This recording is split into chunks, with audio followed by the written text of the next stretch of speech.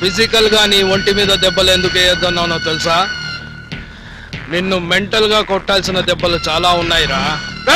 లాకరాదని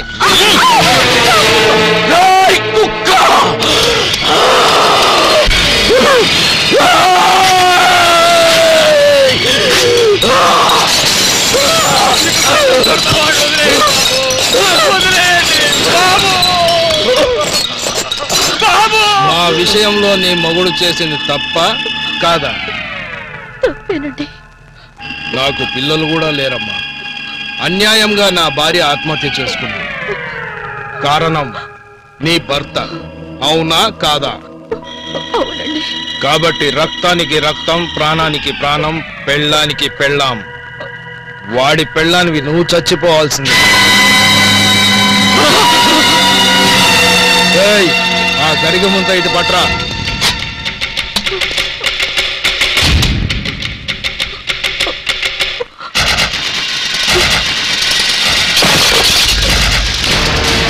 ఎన్నో నెల? 9. అరగంట సేపు నువ్వు ఆపకుండా తొక్కుడు బిల్లాడు.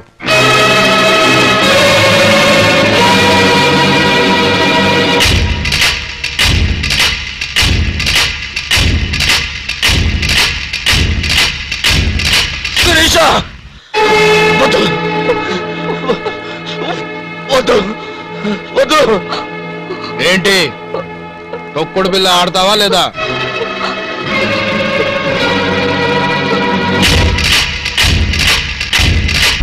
నువ్వు ఆడకుండా ఉండాలంటే ఒకటే మార్గం. నీ మొగుడిని చంపాల్సి వస్తుంది. చంపరా, నన్ను చంపు. ఆడతాను. అది నిండు గర్భిణి రాస్కల్స్. ఆడవే. కావాలంటే నా పేగులు కోసిస్తాను, నా తల తీసిస్తాను, నా గుండె పగల కొట్టండి రా. అంతేగాని నా భార్యనే చేయకండి రా. గర్భంతో ఉన్న ఆడది గర్భగుడిలో ఉన్న దేవతతో సమానవరా.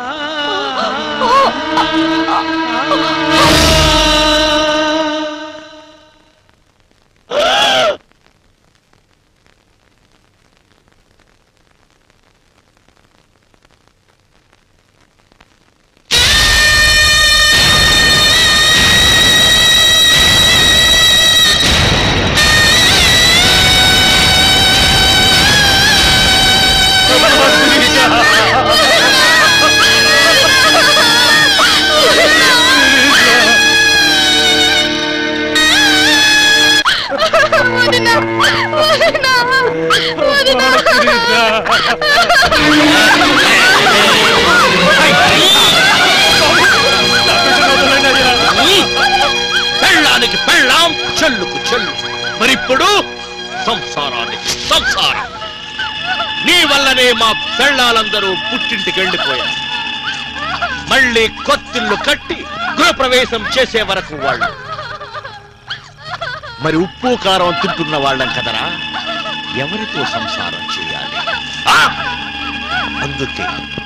అందుకే మా పెళ్ళాలందరూ తిరిగొచ్చే వరకు నీ చెల్లెలే మా టెంపరరీ ఇల్లాలు.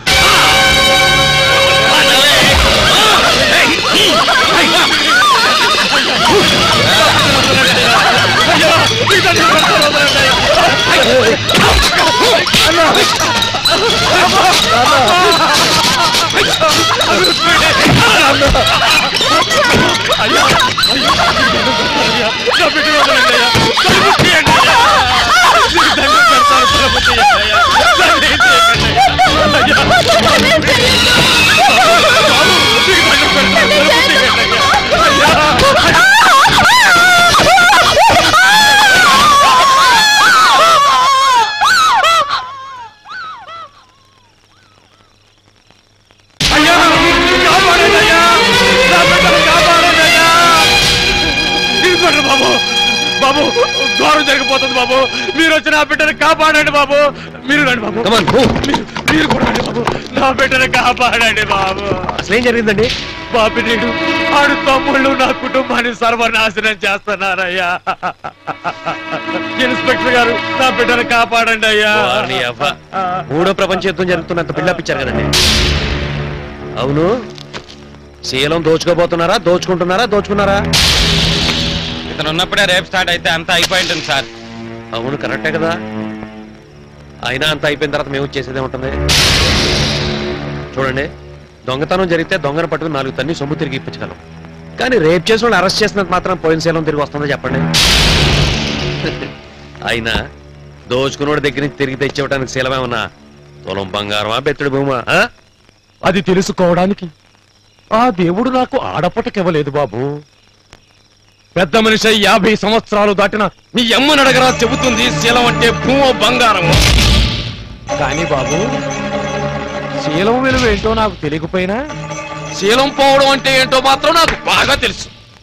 మీ అమ్మ బాబు ఎర్రగా ఉండి నీలాంటి బొగ్గు రంగున్న నల్లోడు పుడితే మాత్రం మీ అమ్మ శీలం పోయినట్టే లెక్క. మీ అమ్మ తిరుగుబోతు కింద లెక్క, పెద్ద రంగు కింద లెక్కరా.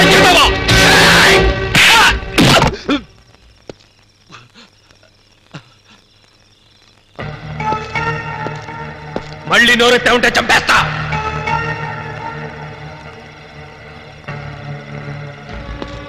మీ మానని మీరు గొడవలు పడి ఛాలెంజ్ చేసుకుని జాతకాక మా మీద పడతారా? వాళ్ళు వచ్చి బస్ స్టాండింగ్ దగ్గర గొడవ పెట్టుకుంటే పోలీస్ కేసు పెట్టారా? చెప్పరా పెట్టారా? నీ కొడుకు పెద్ద పైల్వాన్ లాగా తొడతరిచి మరీ అడ్రస్ ఇచ్చి వచ్చాడుగా. అందుకే వాళ్ళు వచ్చి నీ కోడలు కడుపు పగలు కొట్టి నీ కూతురు తొడలు విరుస్తున్నారా. కావాలంటే రేపైన తర్వాత నీ కూతురు స్టేషన్ తీసుకురా. నొప్పులతో రాలేకపోయిందనుకో, నేను వచ్చి కేసు రాసుకుంటా. వెళ్ళు. అంతా అయ్యాక వచ్చి రాసుకుపోయేందుకు మీ చేతికి లాఠీ లేదురా. ఒక బకెట్ నీళ్లు పాతకుంటా తెచ్చుకుని మధ్యలో జరిగితే నెత్తురు కడుక్కుంటూ, మానభంగాలు జరిగితే మగాడి మరకలు తుడుచుకోండి. పిల్ల అన్యాయం అయిపోయిందిరా అంటే అంతా అయిపోయాక వచ్చి ఏం జరిగిందో రాసుకుంటారా? రాసుకోవాల్సింది మా బ్రతుకులు కాదురా.